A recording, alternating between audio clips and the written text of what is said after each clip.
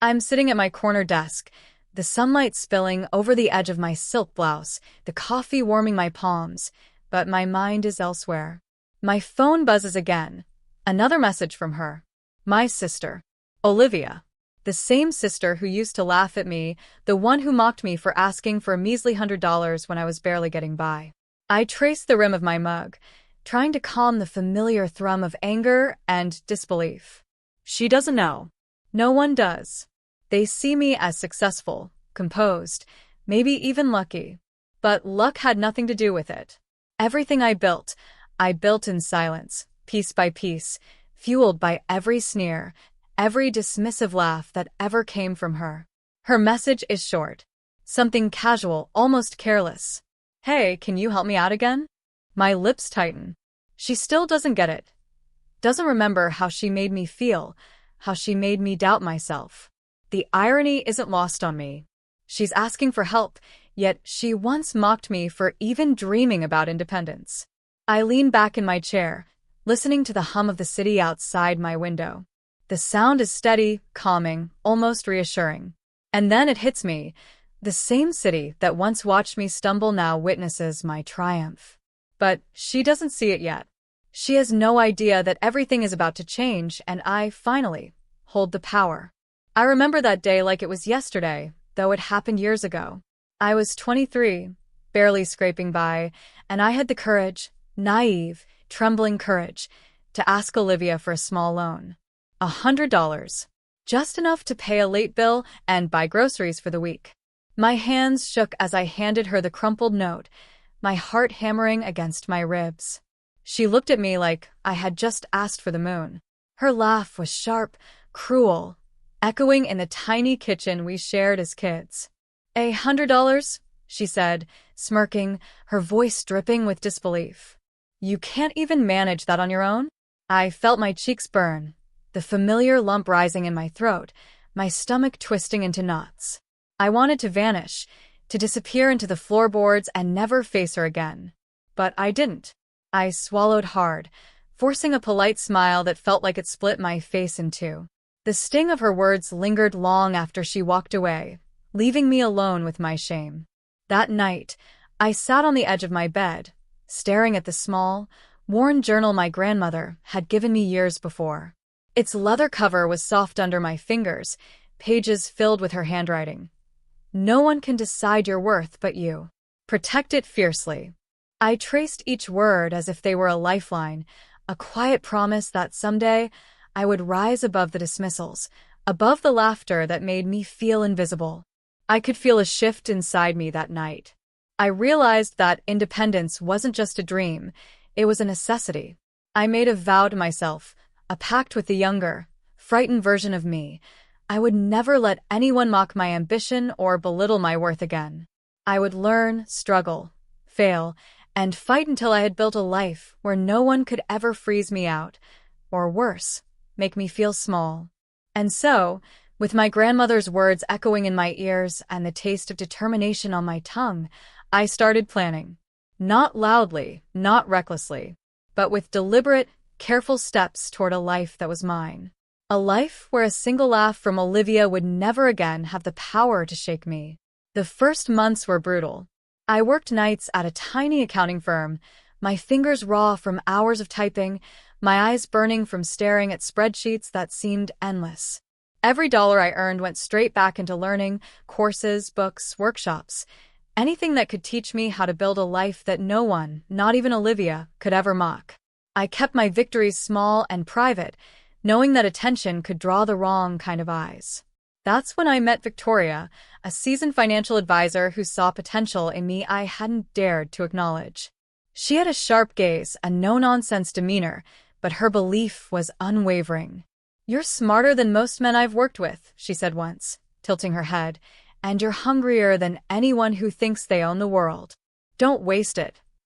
Her words burned into me, a challenge and a blessing wrapped together. I remember those late nights, sitting in my tiny apartment, the city lights bleeding through the blinds, fingers clutching a cold mug of coffee, spreadsheets scattered around me like battlefield plans. Every small success, the first client I convinced to invest, the first contract that actually turned a profit felt monumental. I celebrated quietly, whispering thank yous to Victoria, to my grandmother's journal, to the stubborn spark inside me that refused to be extinguished. And then the bigger victories came, slowly but surely. I started an independent investment firm, focusing on overlooked startups. People thought I was still struggling, maybe even barely surviving. My family never suspected the truth.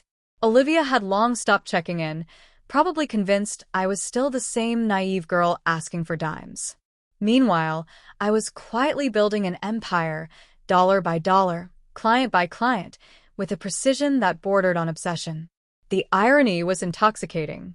I was free, independent, powerful, but they had no idea. The posts I shared on social media were vague. A brunch here, a trip there, casual photos that hinted at a life of modest comfort. No one would guess the truth, that I had transformed my vulnerabilities into strength, my whispered doubts into a fortune that could change everything in an instant. By the time I had reached my first million, I felt almost untouchable. Not arrogant, not boastful, just untouchable. The little girl who trembled at Olivia's laugh was gone. In her place was someone deliberate, patient, strategic, and quietly relentless. Someone who had learned how to protect her worth fiercely, just like my grandmother had taught me. And yet, every evening, as I closed my laptop and looked out over the skyline from my small, elegant apartment, I felt the tension building. It wasn't pride alone that kept me awake. It was the anticipation. The knowledge that someday, the sister who had mocked me, the family who had underestimated me, would have to see the woman I had become. The realization alone made the late nights, the cold coffee, the solitary victories, feel like preparation for a reckoning they never saw coming. It happened on a Thursday morning. Ordinary, except for the tremor of irony that ran through it. I was sitting in my office, a space that still sometimes took my breath away. The floor-to-ceiling windows bathed everything in soft light. A painting hung behind my desk, a storm over the ocean. A reminder of how beauty can rise from chaos. The receptionist's voice crackled through the intercom. "Miss Parker, there's someone here to see you. She says she's your sister." For a second, the air went still. I hadn't heard Olivia's voice in over 3 years. I inhaled slowly, letting the sound of the city below ground me before answering. "Send her in." When she walked through the glass doors, it felt like time folded in on itself. Olivia still carried the same confident stride, the same perfectly curated smile. But I saw something different this time. The faint tremor in her voice when she said my name, the quick flicker of unease in her eyes as she looked around. "Wow," she said softly, spinning in place. "This is your office?" "Yes," I replied, keeping my tone even. "I guess things changed a bit since the last time we talked." She gave a breathy laugh, half amused, half nervous. "A bit? Emma, this place looks like something out of a magazine." Her gaze fell on the plaque behind my desk. Emma Parker, founder and CEO, Aurora Capital Partners. Her lips parted, confusion written all over her face. "Wait, you're the Emma Parker? The one everyone's been talking about on Forbes?" I smiled, small, calm, deliberate. "I suppose I am." Silence. Heavy, electric silence filled the room as she sank into the chair across from me. "I had no idea," she whispered. "You never said anything." I leaned back, fingers laced together. "You never asked." Her face flushed. "That's not fair." "Oh, it's perfectly fair," I said, my tone gentle but sharp enough to draw blood. "You made it very clear years ago that my struggles were my fault. You laughed when I asked for $100, remember?" She froze. Her throat bobbed as she swallowed hard. "Emma, I didn't mean." "But you did," I interrupted softly. "You meant every word. And maybe that's what I needed." Her eyes darted around the room, at the framed awards, the abstract art, the shelves lined with books and deals inked in gold. I could see the realization dawning on her, like watching someone recognize the ghost of their own cruelty. "I came here because I need help," she said finally, her voice cracking. I made some bad investments. The bank, they froze my account. The irony nearly made me laugh. Instead, I stood, walked to the window, and gazed out at the city that had seen me rise from ashes. Interesting timing, I murmured. When I turned back, I could see her eyes glistening. Please, she said. I didn't come for pity. I just thought maybe you could lend me something. Anything. I opened the drawer beside me and pulled out a sleek silver folder, sliding it across the desk. Inside was a single document. She opened it, blinking at the numbers. Her voice dropped to a whisper.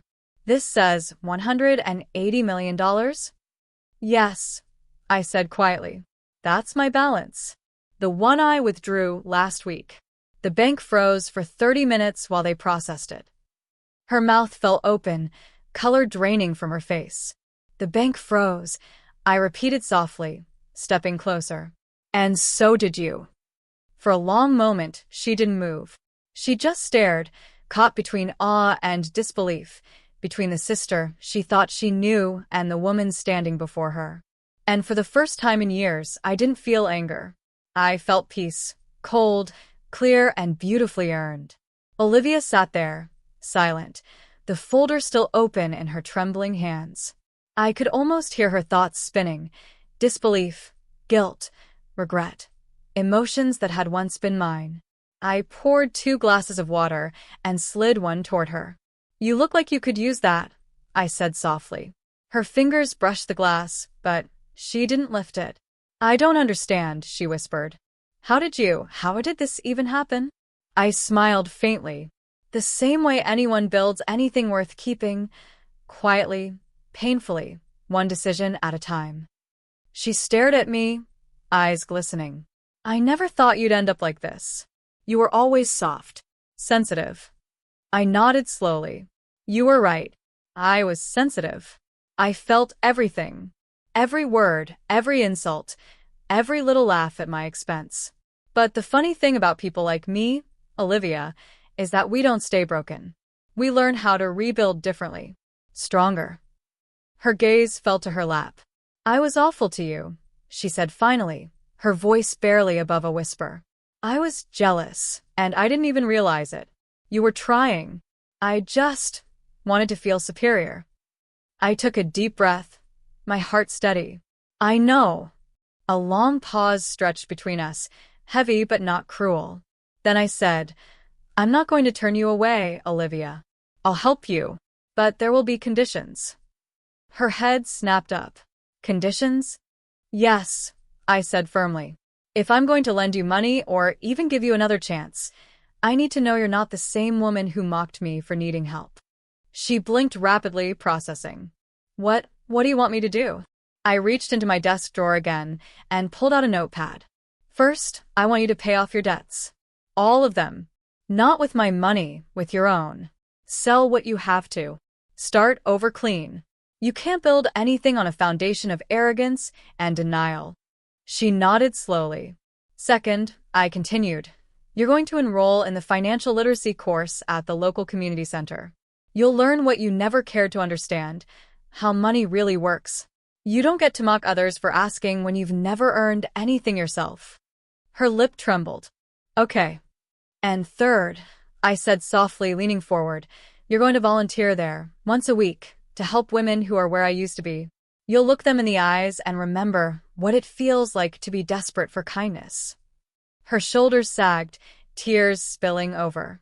You're serious? Completely, I said. This isn't about revenge. It's about change. If you want my help, I'll give it to you. But I'm not saving you. I'm giving you a mirror. For a long moment, she just sat there, her breath hitching, eyes glassy. Then, finally, she nodded. I'll do it. I stood and offered my hand. Good. Because this time, Olivia, I'm not asking for $100. I'm offering you something much more valuable, a second chance. Our hands met, and I felt the faintest tremor of warmth. It wasn't forgiveness yet, but it was a start. Weeks passed before I saw Olivia again. She'd kept her word, mostly. She'd sold her luxury car, moved into a smaller apartment, and sent me updates about her progress through the community center program. Each message was humbler than the last, stripped of pride and pretense. One afternoon, she invited me to visit. I hesitated, but eventually agreed. When I arrived, she was helping a group of women fill out financial aid forms. Her hair was pulled back, no designer bag in sight. She looked human again. Real. When she saw me, her eyes softened. "Emma," she said, setting down her clipboard. "I didn't think you'd actually come. I wanted to see for myself," I said, smiling faintly. "Grandmother used to say words mean less than the work behind them." She nodded, tears glinting. "You were right about that. I didn't know how blind I'd been until I met these women. Some of them reminded me of you. The you I made fun of. And I hated myself for it.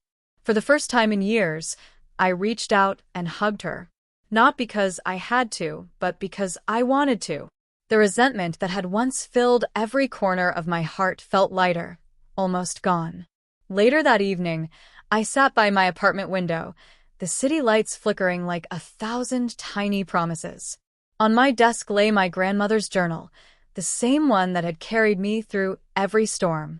I opened the page that had started it all, her handwriting, elegant and steady. "No one can decide your worth but you. Protect it fiercely." I smiled. She had been right all along.